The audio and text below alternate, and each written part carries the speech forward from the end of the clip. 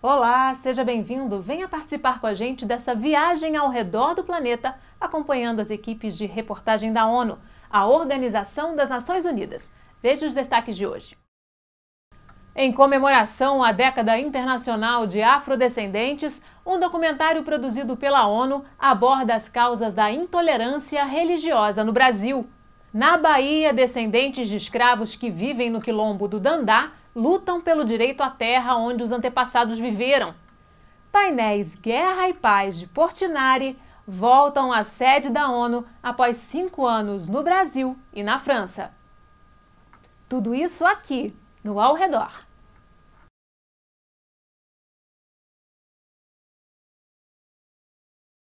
Estamos em plena Década Internacional de Afrodescendentes. O objetivo é reconhecer a contribuição dos povos africanos para as nossas sociedades, uma oportunidade para propor medidas concretas de inclusão de seus descendentes e de combater todas as formas de racismo ou discriminação. O Centro de Informação da ONU para o Brasil produziu um documentário que aborda as causas da intolerância religiosa e a riqueza da cultura afrodescendente no nosso país. As religiões de matrizes africanas são parte da diversidade religiosa do Brasil. Dentre algumas dessas manifestações, que têm como referência a cultura trazida pelos africanos durante mais de 300 anos de escravidão, estão Catimbó, Cabula e principalmente Umbanda e Candomblé, que se propagaram com mais intensidade pelo Brasil. Desde sua chegada ao Brasil, esses praticantes foram alvo de perseguições por manifestarem a sua fé. Mas ainda hoje, em 2015, os episódios de intolerância religiosa fazem parte do cotidiano. No contexto da Década Internacional de Afrodescendentes, a ONU Brasil destaca essas manifestações brasileiras e de forte ligação com a África. De acordo com o artigo 18 da Declaração Universal dos Direitos Humanos, todo ser humano tem direito à liberdade de pensamento, consciência e religião. Esse direito inclui a liberdade de mudar de religião ou crença e a liberdade de manifestar essa religião ou crença pelo ensino, pela prática, pelo culto em público ou em particular. O Candomblé é uma religião de matriz africana, portanto, seu nascedouro, sua fonte está na África e em diversas regiões africanas, sobretudo no sudoeste africano, se constituiu no Brasil como sendo uma religião onde se cultuam divindades africanas. E essas divindades africanas, de origens diversas, se identificam com elementos da natureza, com sentimentos, com emoções. O Candomblé é uma religião que se constitui de processos sincréticos que foram constituídos a partir da sua relação com a Igreja Católica, o cristianismo, a partir da sua relação com cultos, vivências, saberes e a própria cultura indígena já existente aqui.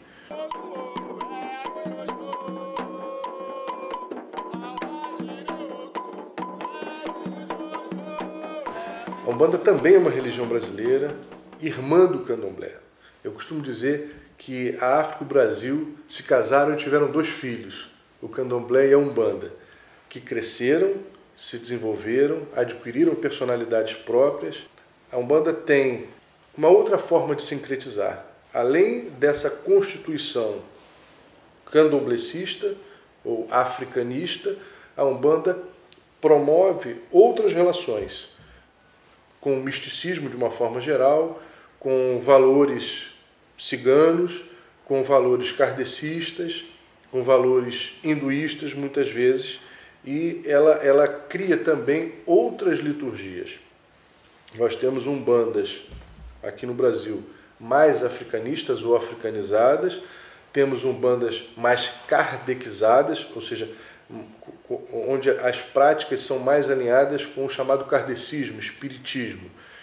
E temos umbandas mais místicas, onde o culto oriental, o culto a valores, o culto a deuses e personalidades egípcias, hinduístas, também é reconhecido.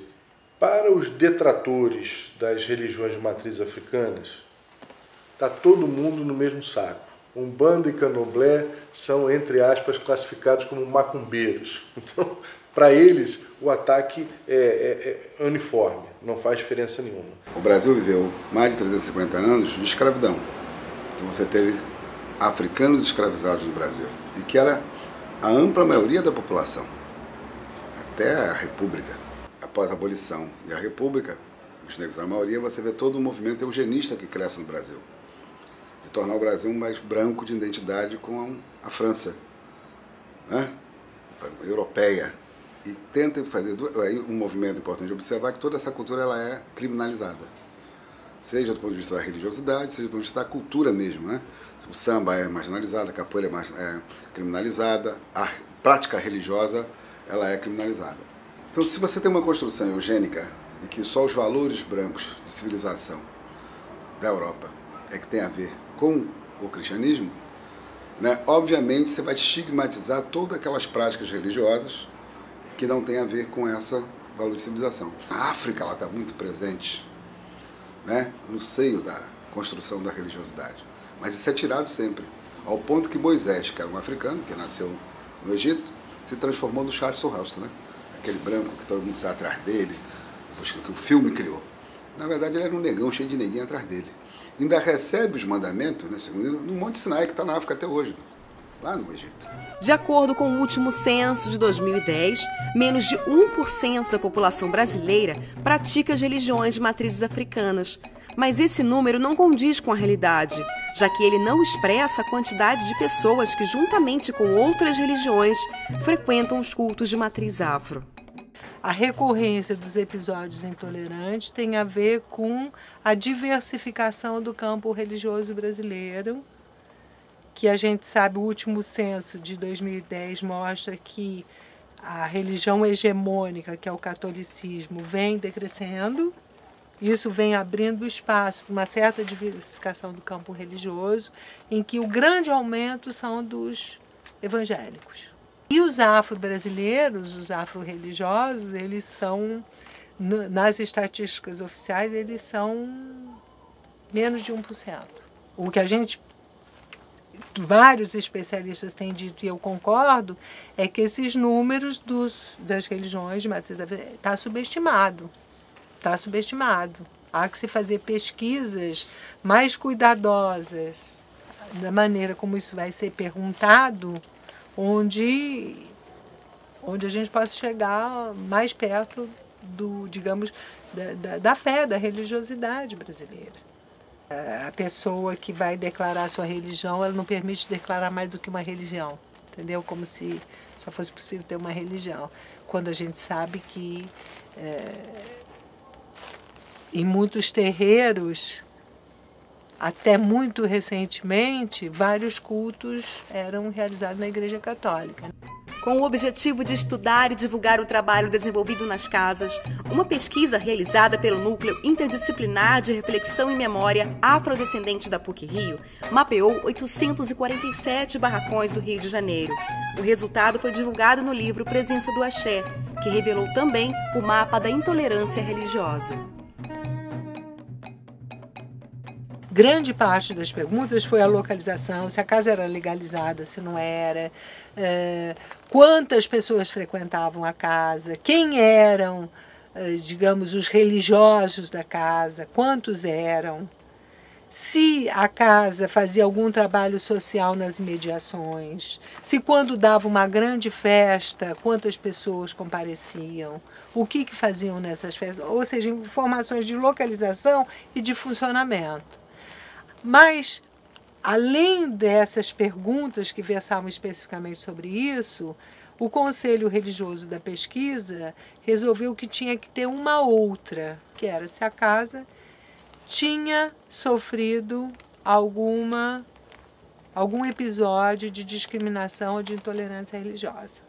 como as respostas foram muito minuciosas, deram muitas informações, a gente pôde também identificar quais eram as formas de intolerância mais recorrentes, quem eram os agressores, quem eram as vítimas, a localização das manifestações de intolerância. Então nós temos um mapa da intolerância também, né?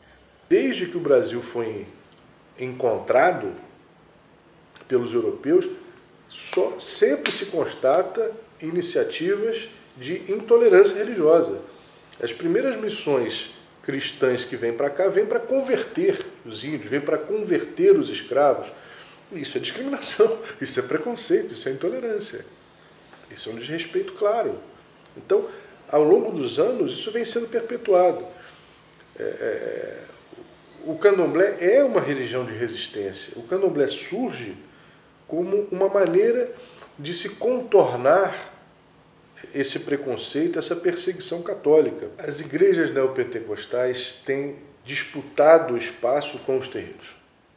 Elas têm sistematicamente desejado ocupar o nosso espaço. É uma disputa de mercado, né? Você cria uma demonização para que aqueles que participam daquele culto, né, se sintam envergonhados, tenham uma baixa estima e saia dele, porque esses grupos começam assim, demoniza um, demoniza o outro, amanhã é um risco não só para a liberdade religiosa, para a liberdade de expressão e para a liberdade política. Eu costumo dizer que o gesto de intolerância não é um gesto religioso, porque tem uma contradição, né? Porque eles se dizem cristãos. Quem se diz cristão não pode ter o ódio como seu foco, porque Cristo é amor, né? Então essa é uma grande contradição, certo? Então, na verdade, o que está por trás do gesto de intolerância, né, de ódio, de perseguição, tem a ver com questões políticas. Né? Esses grupos têm mostrado nos últimos anos que eles têm um projeto político muito grande. E escolhe um inimigo para poder coesionar o seu povo. Né? Então, demonizar um bando de candomblé, de uma matriz africana, assim como o islamismo, alguns setores, né? Outros segmentos religiosos, ciganos, wicanos, tem a ver com isso. Será que essa é uma atitude religiosa ou existe por trás disso um projeto de poder? Para combater a intolerância, praticantes de várias religiões participam desde 2008 da caminhada em defesa da liberdade religiosa. Nós temos uma manifestação que ela é feita anualmente na Orla de Copacabana, onde vem pessoas de várias religiões, né, e também populares, que não tem a ver com religião nenhuma, e pessoas do exterior, onde na verdade não é só bom para a sociedade brasileira, mas um exemplo para a sociedade mundial, onde na própria base as pessoas de várias religiões diferentes, com vários cantos diferentes, sua forma, sua identidade diferente, mostram que é possível conviver juntos. É esse clima que nós temos que construir cada vez mais na sociedade. Não é esse discurso de raiva, de ódio, né? Não é isto. É possível conviver juntos e respeitar a diversidade das pessoas. Essa é a riqueza desse país. E é nisso que nós vamos insistir. Depois do intervalo, a luta dos descendentes de escravos da Bahia pelo direito às terras do Quilombo, onde viveram os antepassados. O Ao Redor volta no instante. Até já!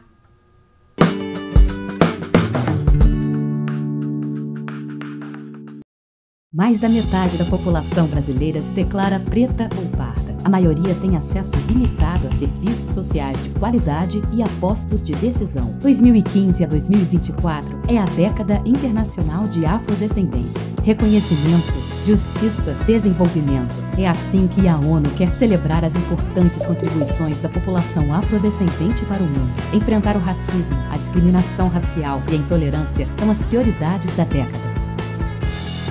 Faça parte dessa história.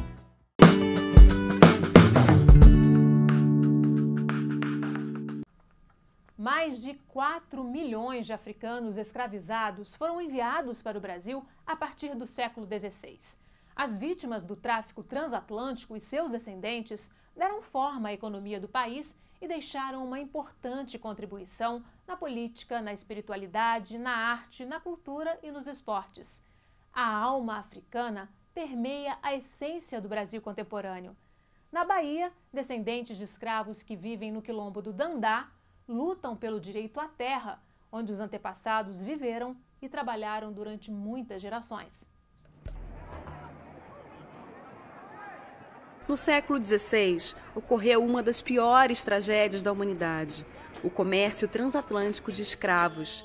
Horrível não somente por causa do seu aspecto abominoso, mas também em termos de magnitude, organização e negação da alma de suas vítimas.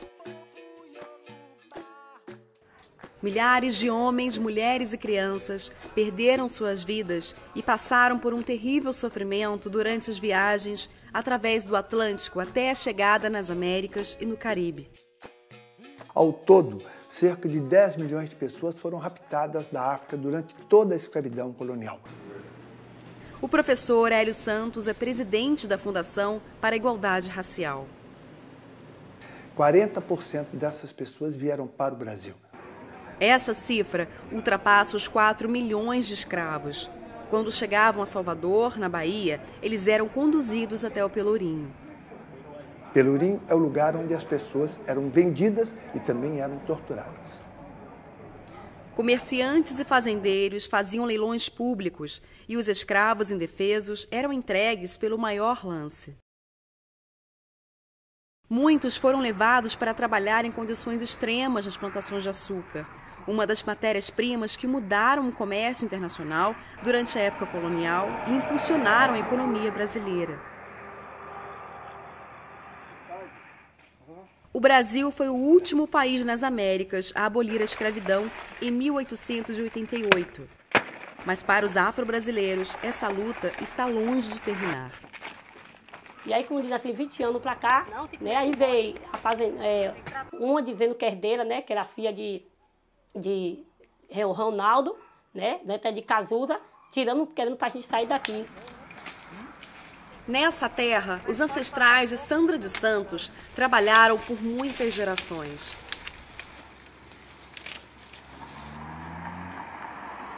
Os escravos que fugiam da opressão e violência se reuniam onde agora é o quilombo do Dandá. Uma vez livres, eles se chamavam de quilombolas, um termo que agora é usado para descrever pessoas descendentes de escravos. Vinha trator para derrubar, né? Aqui veio muita questão de conflito. Quando a gente plantava, chegava lá no outro dia, havia tudo destruído. Recordando a dureza que os seus antepassados sofreram durante a escravidão, Sandra sabia que tinha que lutar, ou ela e sua comunidade perderiam tudo. E aí foi no momento que eu parti, né? Me se tornei uma líder. Chega em sofrimento, abaixa meus bisavôs, meus avós, agora meus pais. Eu não vou querer isso, né? Futuramente. Em 2003, Sandra ouviu falar de uma nova lei do governo que poderia salvar Dandá. E foi até o Instituto Nacional de Colonização e Reforma Agrária, o INCRA, para obter mais informações.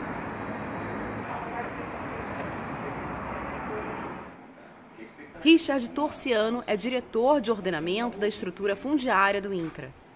Um ato do governo que aponta a possibilidade efetiva de resgatar esses territórios e devolver essas terras a essas comunidades quilombolas, né, e a garantir e fazer efetivamente a justiça àqueles que historicamente foram injustiçados e excluídos na história do país.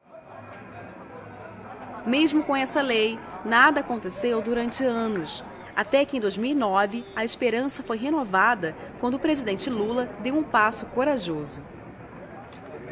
O presidente Lula, aqui nesse estado, na Bahia, na Praça Castro Alves, assina 30 decretos que declaram de interesse social os primeiros 30 territórios quilombolas para que a gente tenha condições de desapropriar e devolver essas terras a essas comunidades.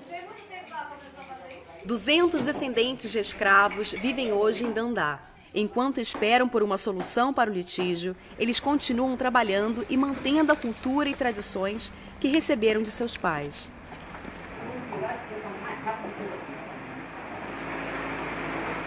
Reconhecendo sua contribuição histórica e promovendo a proteção dos seus direitos humanos, as Nações Unidas proclamaram a Década Internacional de Afrodescendentes, que teve início em janeiro de 2015. O programa defende os temas reconhecimento, justiça e desenvolvimento. De acordo com o Alto Comissariado de Direitos Humanos da ONU, Zeid Ra'ad Al-Hussein, espera-se que esta década traga um fim à discriminação contra descendentes do povo africano.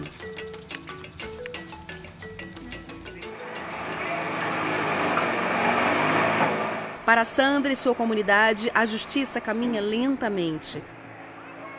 O processo para receber o título de posse de terra é extremamente lento.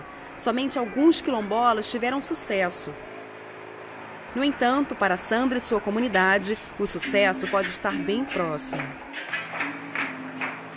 O título, totalmente a gente está, né, na mão, mas está na finalização da titulação. Agora nós estamos aguardando um prazo, que é um prazo do Poder Judiciário para poder conceder os títulos a essa comunidade.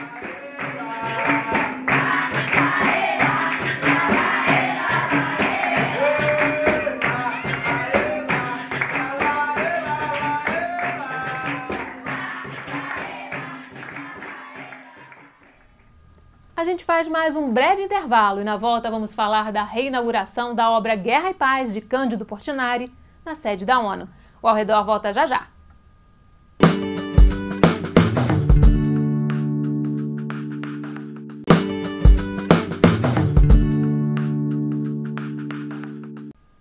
Depois de 5 anos, os painéis Guerra e Paz, produzidos pelo pintor brasileiro Cândido Portinari, estão de volta ao hall de entrada do prédio das Nações Unidas em Nova York. A restauração da obra no Brasil garantiu uma oportunidade única a mais de 400 mil pessoas conhecer de perto a maior obra de arte exibida na sede da organização. Os murais medem cada um 14 metros de altura e 10 metros de largura e são compostos ao todo por 28 placas de madeira compensada naval que pesam cada uma 75 quilos. A área total pintada é de 280 metros quadrados, maior que a do Juízo Final de Michelangelo na Capela Sistina.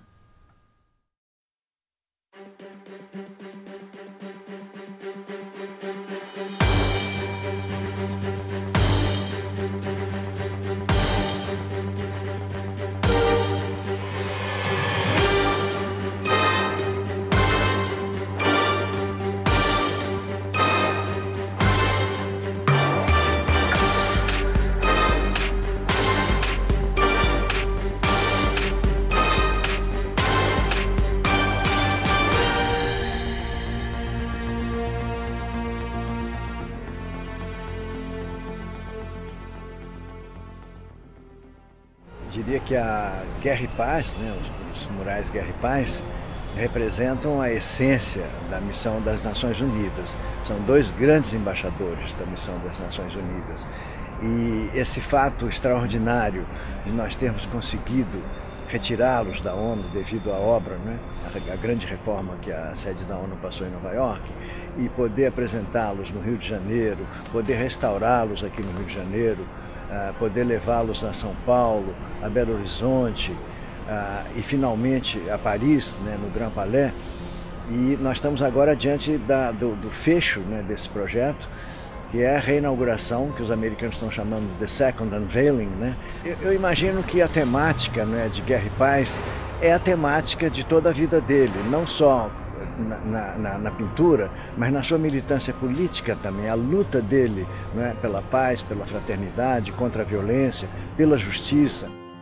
Pegar os painéis Guerra e Paz nesse momento como um pretexto para conscientizar as pessoas que estarão ali naquele momento sobre a necessidade urgente de uma tomada de posição que modifique realmente a questão da violência, né? Que você possa passar a ideia que a paz é um conceito abstrato, mas ao mesmo tempo é um trabalho de todos e de todos os dias. Durante 4 anos de produção das obras, Portinari realizou 200 estudos que deram vida a mais de 70 figuras incluídas em cada mural. Elas remetem a personagens da memória do artista, brasileiros que ele conheceu durante seus 58 anos de vida. Você reconhece nos personagens da paz todos aqueles personagens brasileiros da época de toda a vida dele. As crianças brincando lá em Brodowski, no povoadozinho natal dele, né? Ao mesmo tempo, na guerra, por exemplo, aquela Pietà, ela não é nada mais do que a universalização das retirantes, daquela série Retirantes, que foi o primeiro a fazer aquela denúncia, né, da tragédia, né, da seca, da pobreza no Brasil. Então aquela mãe retirante com o filho morto, na guerra se transforma numa mãe universal. Durante 4 meses de restauração, as portas do ateliê no Palácio Gustavo Capanema estiveram abertas a estudantes e crianças que puderam acompanhar e aprender com os 18 profissionais sobre o processo de restauração dos painéis. Do Rio de Janeiro, eles seguiram para São Paulo e Belo Horizonte, encerrando a turnê em Paris, cidade onde Portinari estudou durante a sua juventude. Tem um sentimento de dever cumprido, né? Nós todos aqui do Projeto Portinari, porque essa trajetória de 5 anos, como vocês podem imaginar, não foi fácil, né? Então ter entregue os painéis de volta à ONU, sem um arranhão, restaurados, e tê-los exibido para um público, né, no Brasil e no exterior de quase 400 mil pessoas, nos dá um sentimento realmente de dever cumprido.